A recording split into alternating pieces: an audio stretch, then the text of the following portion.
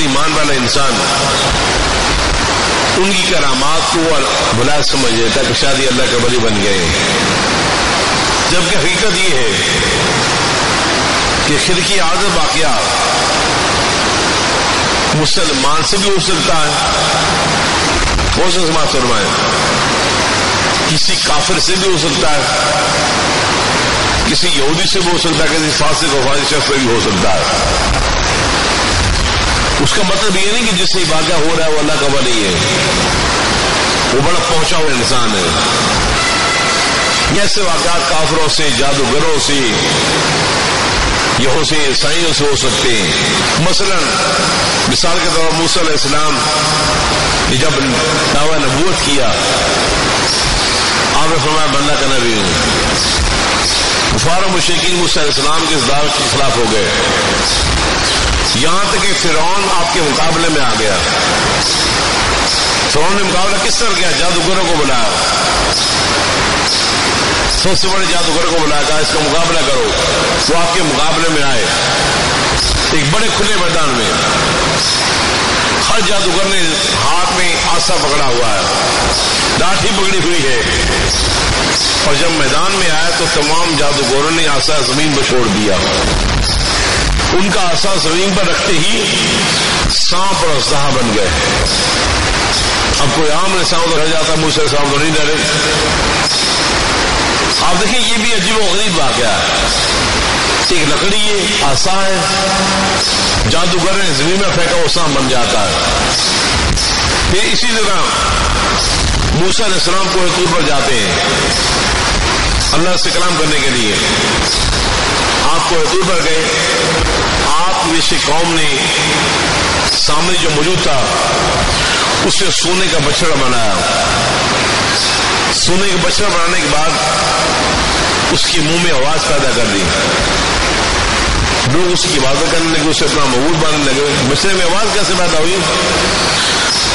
سامنے نے دیکھا کہ موسیٰ علیہ السلام سے ملاقات میں جب فرشتہ آتا ہے، جب ملاقات کرنا چاہتا ہے تو فرشتہ جہاں آتا ہے، جہاں اسے سواری کے قدم لگتے ہیں وہاں سبزہ اگاتا ہے، وہ زمین بنجر ہو،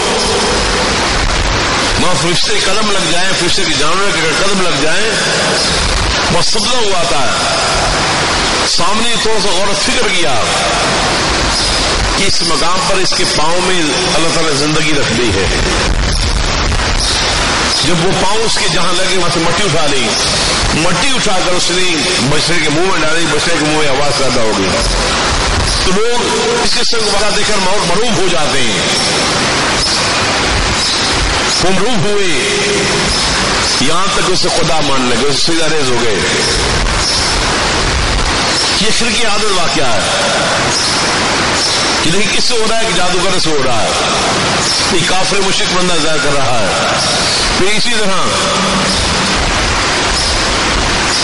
جادوگروں سے یہ بھی ممکن ہے کہ بغیر دوائی کے آپ کو پھونک مارے، آپ کو شفا ہو جائے، ایسا ہو سکتا ہے۔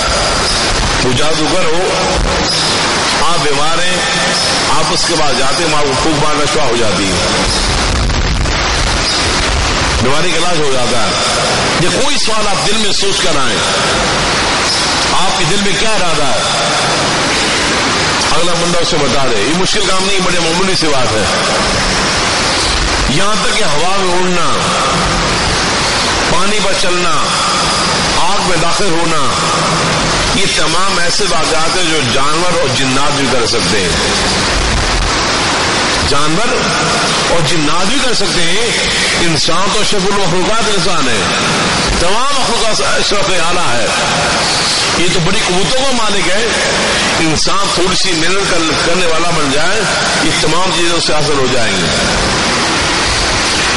ایک مرتبہ حضرت بایزید بستامی رحمۃ اللہ علیہ کی بارگاہ میں ایک شخص آیا، کہا جاتا تقریباً 30 سے 40 دن آپ کی بارگاہ میں قیام کیا، اس نے بڑا نام سنا تھا کہ یہ اللہ کا ولی ہے، لوگ آپ کی بارگاہ میں آتے ہیں۔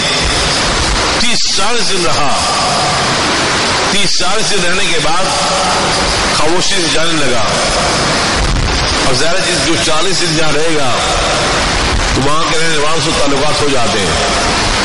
خواجہ بھائی جب سامنے کو پتہ چلا کہ آدمی جا رہا ہے, آپ نے بلا لیا, بھائی سنا جا رہے ہو؟ کہا جی ہاں میں جا رہا ہوں. کہا آئے کس لیے تھے؟ چادر نہیں بس جا رہا ہوں. یہاں پہ فرمایا تو آئے کس لیے تھا؟ آپ نے نگاہ بلا سے دیکھ لیا تھا کہ کیا نیت ہے, کس مقصد میں آیا تھا. آپ پوچھا یہ بتا تو کس لیے آیا تھا؟ اس نے کہا میں اس لیے تھا میں نے آپ کو بہت نام سنا تھا کہ آپ اللہ کے بہت بڑے ولی ہیں, آپ کی بارگاہ میں بڑی کرامات کا اظہار ہوتا ہے, بڑے بیمار شفا پاتے ہیں, لیکن میں نے 40 دن ہو گئے, میں 40 دن میں کوئی کرامت نہیں دیکھی, اس لیے واپس جا رہا ہوں. میں سمجھ گیا کہ لوگ ایسے بیوقوف آپ کی بارگاہ میں آتے ہیں. آپ اس سے بٹھایا, سمجھایا, اس نے کہا بھائی مجھے ایک بات بتاؤ, تم کتنے عرصے میں بارگاہ میں؟ اس نے کہا 40 دن. آپ نے 40 دنوں میں کوئی ایک عمل میرا ایسا دیکھا ہے جو شریعت اسلام کے خلاف ہو, سنت نبی کے خلاف ہو؟ اس نے کہا نہیں میں نے کوئی عمل نہیں دیکھا. آپ نے کہا جا تو جہاں جانے کا چلا جا, اس سے بڑھ کر میرے پاس کرامت نہیں ہے کہ 40 دن تک میں نے کوئی عمل سنت نبی کے خلاف نہیں کیا, میں اس سے بڑی کرامت نہیں ہے. اس لیے عہدے کرام کہتے ہیں کہ استقامت و فوق الکرامت ہے, یہ استقامت کرامت کے اوپر ہے. کرامت کی کوئی حیثیت نہیں ہے, استقامت کی بڑی حیثیت ہے کہ سنت نبی پر, شریعت اسلام پر بندہ مستقل ہو جائے, استقامت کے ساتھ عمل کرنے والا ہو. یہ کرامت کے مقابلے میں زیادہ مشکل کام ہے. اب عرض کرنے کا مقصد یہ ہے کہ شریعت اسلام میں سے رک جانا یہ اللہ کے ولی کی علامت ہے. اب تصور بھی نہ کیا جائے کہ کوئی اللہ کا ولی شریعت اسلام میں خلاف ورزی کرتا ہو. کائنات برات میں سب سے بڑی بلاتی ہی ہوگی.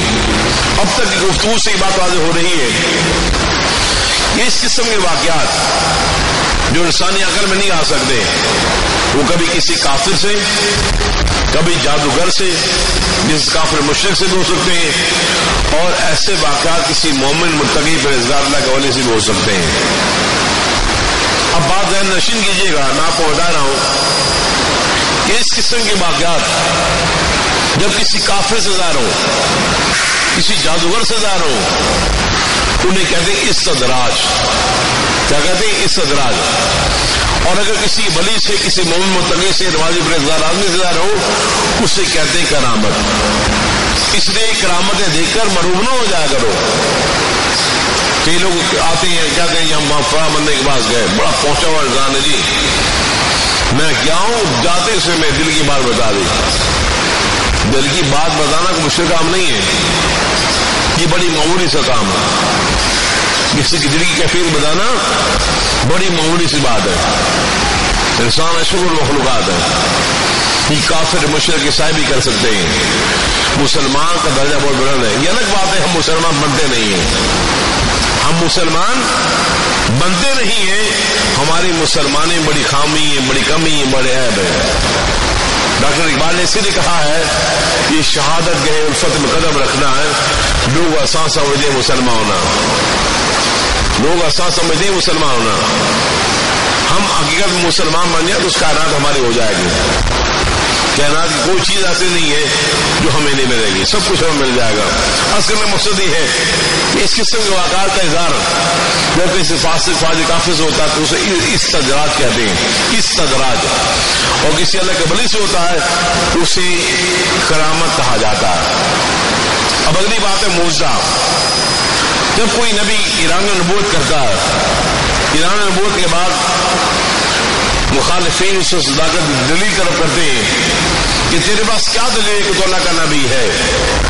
وہ ان کی دلیل کے طور پر جو واقعہ پیش کرتا ہے, جس کا ظاہر ہوتا ہے, جو واقعہ صادر ہوتا ہے, اسے کہتے ہیں معجزہ, جو انسانی عقل کے خلاف ہوتا ہے. انسانی عقل اس کا ادراک نہیں کر سکتی.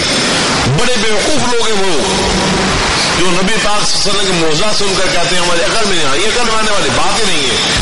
یہی تو کمال ہے کہ آپ کی عقل میں بات نہیں آ رہی, یہی تو کمال ہے کہ جو بات عقل میں آ جائے وہ معجزہ نہیں ہے, جس سے